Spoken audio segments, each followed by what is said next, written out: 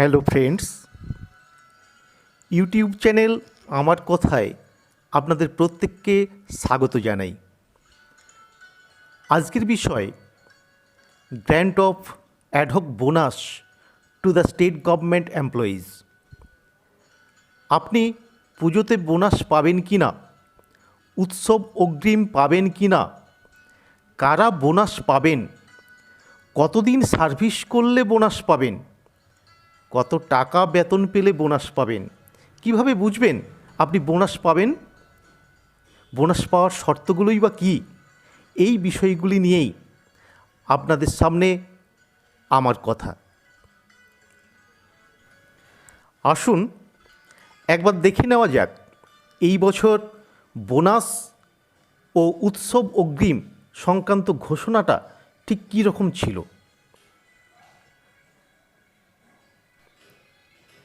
গত 13ই মে government of West বেঙ্গলের finance department থেকে যে মেমোরেন্ডাম প্রকাশিত হয়েছিল সেখানে বলা হয়েছে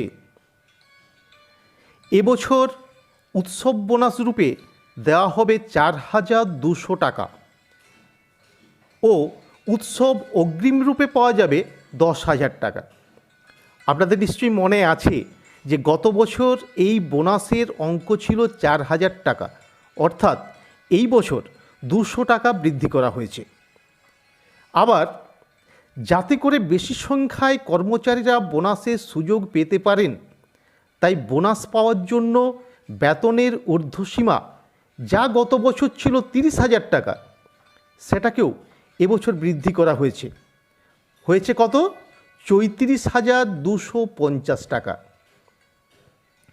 তাহলে কি বিষয়টা ঠিক এরকমই যে যারা 34,250 টাকা পর্যন্ত বেতন পাচ্ছেন তারা সকলেই বোনাস পাবেন, বা যারা 34,250 টাকা এক্সিড করেছেন তারা কি পাবেন না? এই হিসেবটা ঠিক এতটা সহজ নয়। বেশ কিছু শর্ত রয়েছে এই মেমোরেন্ডামের মধ্যে।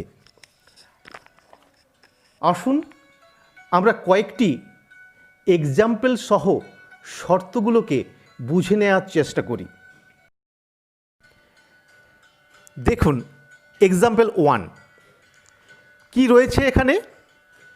12 মাস নির্দিষ্ট করা হয়েছে, শুরু হয়েছে মার্চ 19 থেকে এবং শেষ হয়েছে ফেব্রুয়ারি 20-তে।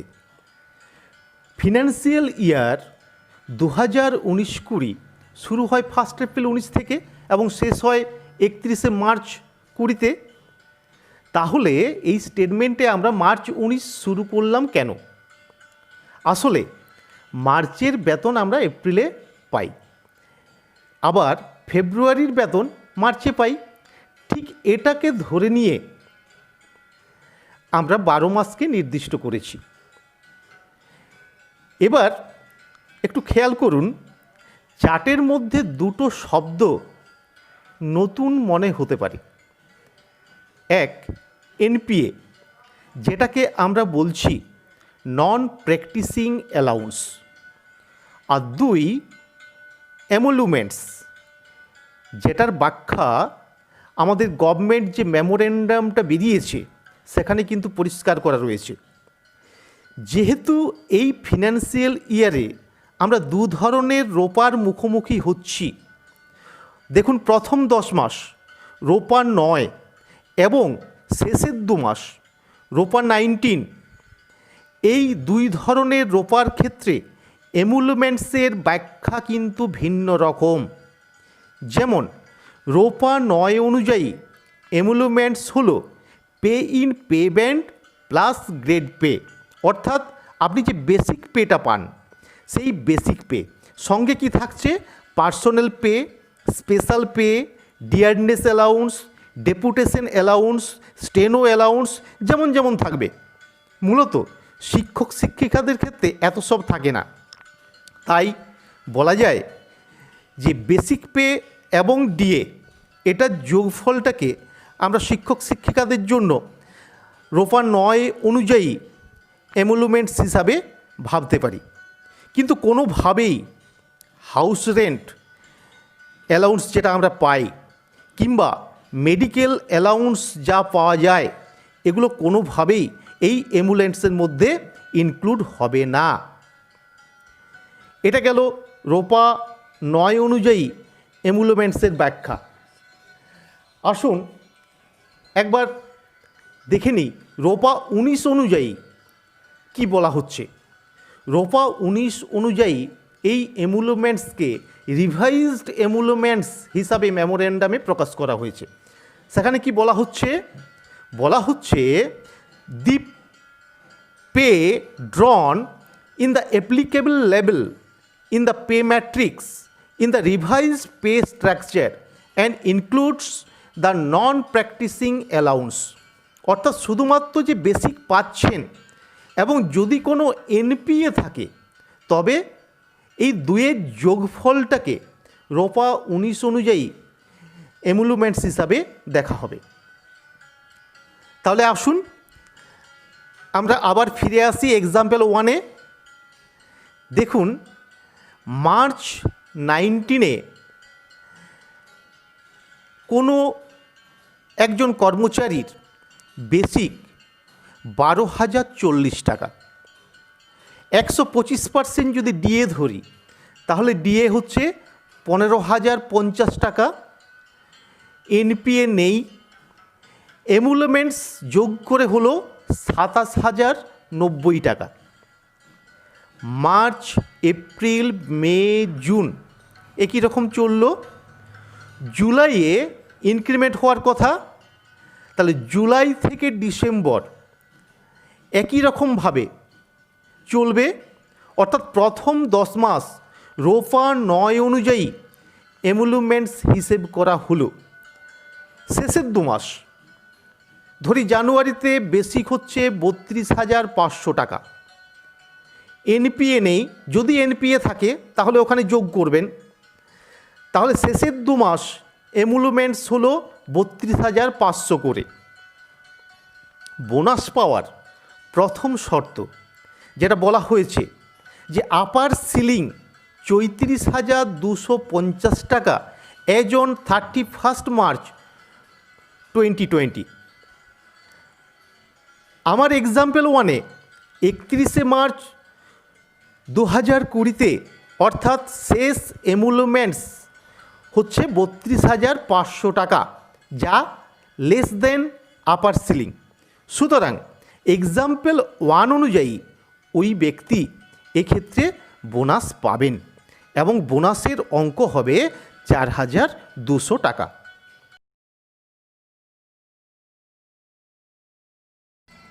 এবার আসুন দেখা যাক এক্সাম্পল 2। এখানে দেখুন শেষ এমুলেন্ট 37,700 টাকা, যা 34,250 অপেক্ষা বেশি। তাহলে কি এক্ষেত্রে বোনাস পাওয়া যাবে না? এখানে বোনাস পাওয়ার দ্বিতীয় শর্ত কি বলা হয়েছে?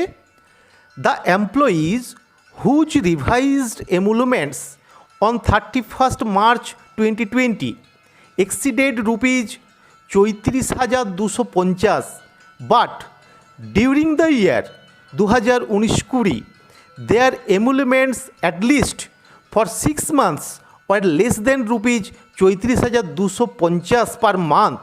অর্থাৎ এরকম অবস্থায় অর্থবর্ষের যে কোনো 6 মাস যদি 34,250 টাকার কম এমুলেন্টস হয় তবে তিনি বোনাস পাওয়ার যোগ্য। এক্ষেত্রে দেখুন বিগত 10 মাস 34,250-এর নিচে রয়েছে, তাই এক্ষেত্রেও বোনাস পাওয়া যাবে এবং বোনাসের অঙ্ক হবে 4,200 টাকা। আসুন এবার দেখি এক্সাম্পল 3। এক্ষেত্রে দেখুন শেষ এমুলেন্টস গ্রেটার দেন 34,250 এবং খেয়াল করে দেখুন যে বিগত 4 মাস মাত্র মার্চ 19 থেকে জুন 19, অর্থাৎ এই 4 মাস মার্চ, এপ্রিল, মে, জুন এমুলেন্টস লেস দেন 34,250। তাই মাসের শর্ত, যেটা আগের এক্সাম্পলে বললাম এক্সাম্পল 2তে, সেই 6 মাসের শর্ত কিন্তু এখানে মানছে না। সুতরাং এক্ষেত্রে কিন্তু বোনাস পাওয়া যাবে না। এবার দেখা যাক এক্সাম্পল 4। যদি এমন হয় কেউ সার্ভিসে জয়েন করছেন অক্টোবর মাসে, মানে অক্টোবর 2019-এ, সেক্ষেত্রে তার শেষ এমুলমেন্টস 34,250-এর নিচে থাকা সত্ত্বেও তিনি কিন্তু বোনাস পাবেন না। কারণ এখানে শর্ত, the employees who were in service on 31 March 2020 এবং অন্ততপক্ষে 6 মাস সার্ভিস কন্টিনিউ করেছেন, তিনিই বোনাস পাওয়ার যোগ্য। এক্ষেত্রে তেমনটা ঘটেনি, তাই এক্সাম্পল 4 অনুযায়ী বোনাস কিন্তু পাওয়া যাবে না। আসুন এবার দেখে নিই এক্সাম্পল 5। যদি জয়নিং অক্টোবর 19-এ না হয়ে সেপ্টেম্বর 19-এ হতো, বলা ভালো যদি সেপ্টেম্বর 19-এর 15 তারিখের মধ্যে হয়, সেক্ষেত্রে 6 মাস সম্পূর্ণ ধরে নেওয়া হবে এবং এক্সাম্পল 5-এর বা 5 অনুযায়ী ওই ব্যক্তি বোনাস পাবেন। তবে বোনাস পাওয়ার হিসেবটা হবে একটু অন্যরকম। এখানে নিয়মটা কি? নিয়মটা হচ্ছে emoluments into eligibility period in number of months divided by 12। অর্থাৎ দেখুন এখানে এমুলমেন্টস হচ্ছে 28,900, কত মাস সার্ভিস করছেন? 6 মাস। তাহলে 28,900 গণিত 6 ভাজিত 12 হিসেব করলে পাবেন 14,450 টাকা, যেটা নির্ধারিত বোনাস অঙ্ক 4,200 থেকে বেশি। তাই এক্সাম্পল 5 অনুযায়ী ওই ব্যক্তি বোনাস পাওয়ার যোগ্য এবং বোনাস অঙ্ক হবে 4,200 টাকা। এবার বারবার বলছি বোনাস অঙ্ক 4,200 টাকা। কখন বোনাস অঙ্ক 4,200 টাকা নয়? দেখুন যদি এমুলমেন্টস এক্ষেত্রে যদি 8,000 টাকা হতো, তাহলে ওই 8,000 গণিত 1-2 হতো, সেক্ষেত্রে অঙ্কটা হতো 4,000। অর্থাৎ এমুলমেন্টস যদি 8,000 হয়, হিসেবটা দাঁড়ায় বোনাসের 4,000। তাহলে বন্ধু, এই 5টি এক্সাম্পল এবং শর্তগুলো আপনাদের সামনে তুলে ধরলাম। কোনো জিজ্ঞাসা থাকলে বা পরামর্শ দেওয়ার থাকলে অবশ্যই কমেন্ট বক্সে লিখে জানাবেন। অর্ডারগুলোর ব্যাখ্যা পেতে চ্যানেলটিকে সাবস্ক্রাইব করতে ভুলবেন না যেন। ভালো থাকুন, সুস্থ থাকুন, খুশিতে থাকুন।